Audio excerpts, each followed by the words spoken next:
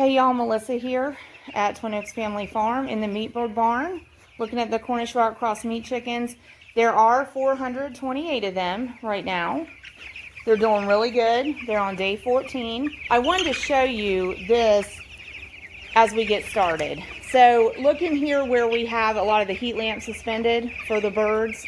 Can you see how there's really not very many birds in that area? They're basically leaving that area and avoiding that area for the most part. Now some are walking through there as I'm talking, but I'm going to go ahead and unplug heat lamps. So I'll have to pause and unplug heat lamps, but then I'm going to record again and wanted to see if the birds kind of fill that back in. But our temperatures are about 70 right now, but rising, so we may get up to close to 80 today.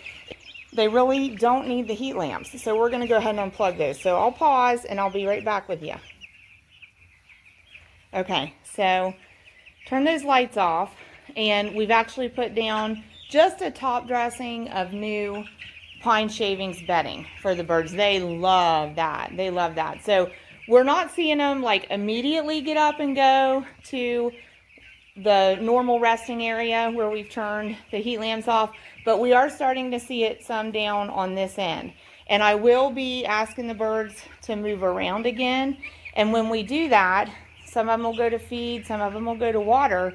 And then as they finish up feeding and drinking, they'll actually probably navigate back to that normal resting area of theirs and spread out in it. But with the heat lamps on and the temperature rising outside, they're pretty much going to avoid that area where the heat lamps are. So that's what we do with gauging. Do they need targeted warmth or do they not? We watch their behavior. We totally watch their behavior. And it's really kind of a balancing act. Kind of watch your birds. You watch your birds for the indicators of what do they need? What do they need?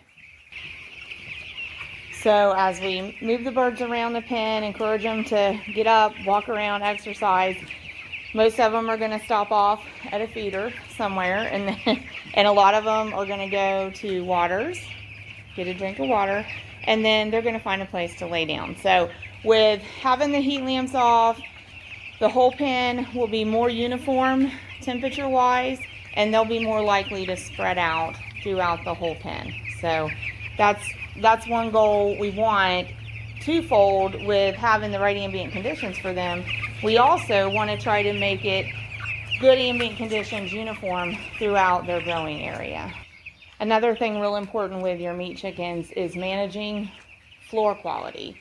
So we had put a little bit more bedding down because we had some areas, particularly around the waters, where we were getting a little bit slimy on top of the floor.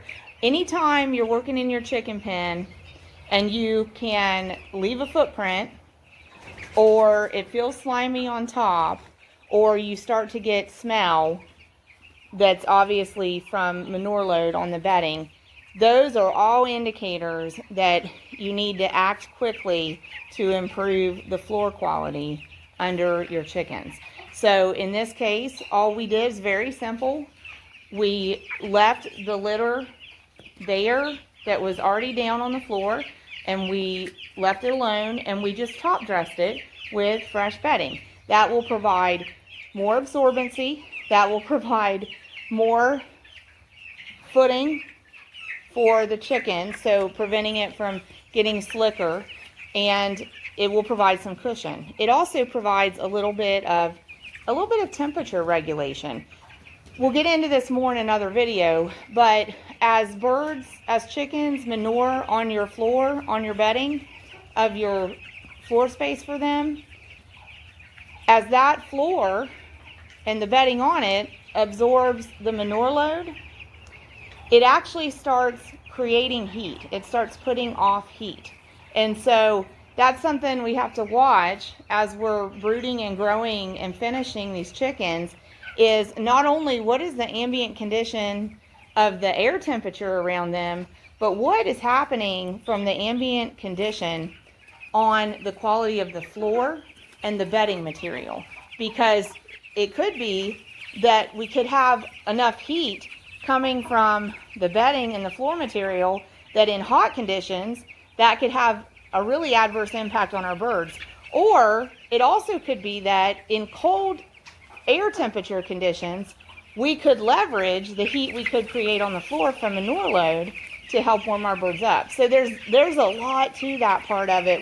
We'll get into that in a different video. But at this juncture, these birds are going from the starting phase into the growing phase.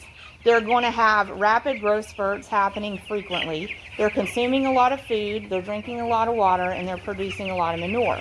So they're putting a heavy manure load on the floor.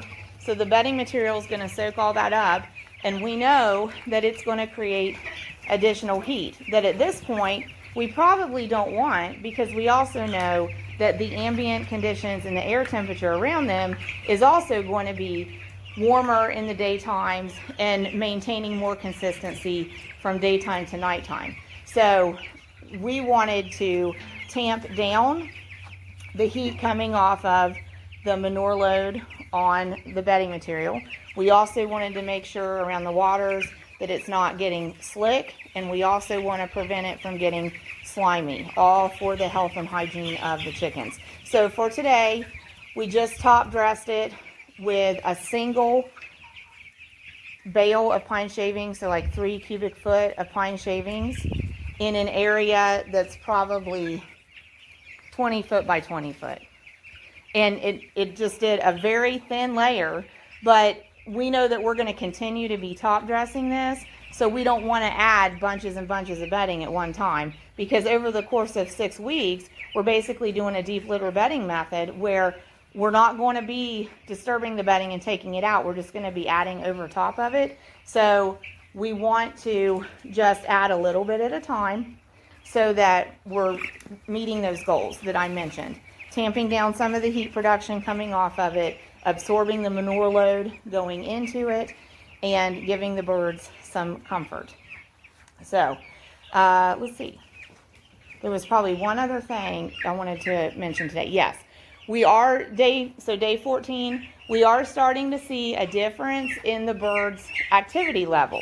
So they still have great mobility, can get around the pen very well. They don't really even look that awkward yet, moving as meat birds tend to look when they get toward the finish stage. But definitely we're seeing a more consistent pattern of just eat and drink manure while they're up and then rest. And while they're resting, they're growing. So when you keep in mind the growth that these birds are going to attain in 6 weeks, realistically going to go from this to this in about another month's time for these birds. That'd be a cool split shot. So the birds on the right in about a month will look like the birds on the left. Hard to believe. Hard to believe, but true. So when you consider that amount of rapid growth happening, it makes sense that they rest a lot, because when does growth happen? It happens when the body's at rest. So, all right. Thanks, y'all, for supporting the channel. Join us again.